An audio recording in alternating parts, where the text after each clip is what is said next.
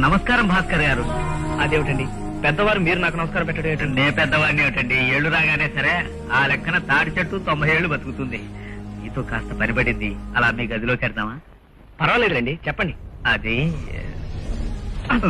నసుకుతారు ఎందుకండి, చెప్పండి. మరేం లేదండి, మా మూడో అమ్మాయి కూడా రజస్వల్ అయింది. చుట్టుపక్కల వాళ్ళకి దగ్గర వాళ్ళకి భోజనాలు పేరంటం కాస్త ఘనంగా చేయాలని మా ఆవిడంటేను. మీకెంత అప్పు కావాలి? 4,000. 4,000. చూడండి ధర్మారావు గారు, మీ ఆదాయం ఖర్చుల గురించి నాకు తెలుసు కాబట్టి చెప్తున్నాను. మీ అమ్మాయికి శుభకార్యం చేయడం అవసరమే, కానీ అదేదో ఘనకార్యంలాగా దానికోసం అప్పులు చేయడం, ఆ అప్పులు తీర్చలేక కనీసం వడ్డీ కూడా కట్టలేక ప్రతిరోజు నరకం అనుభవించడం మంచి పనేనా చెప్పండి. పోనీ మీకున్నది ఒక్క అమ్మాయి అయితే మీరు హై లెవెల్లో అప్పు చేసినా పర్వాలేదు, కానీ మీకు 4 కూతురు. ఈ ఆడంబరాలు ఆర్భాటాలు ఎందుకు చెప్పండి? ధన్యవారండి. డబ్బు ఖర్చు అవుతుందని ఏ వేడుక చేసుకోకపోతే నలుగురు ఏమనుకుంటారు?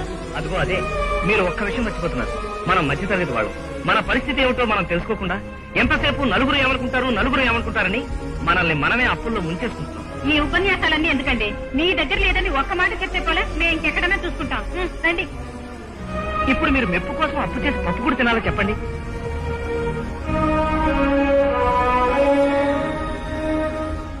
వాళ్ళు అలా వెళ్లిపోయారు, నేనేమన్నా తప్పు మాట్లాడానండి? లేదు బాబు, మాలాంటి వాళ్ళకి అబద్ధాలు జీర్ణమైనంత సులభంగా నిజాలు జీర్ణం కాదు. నువ్వు చెప్పిన దాంట్లో ప్రతి మాట ప్రతి అక్షరం నిజం.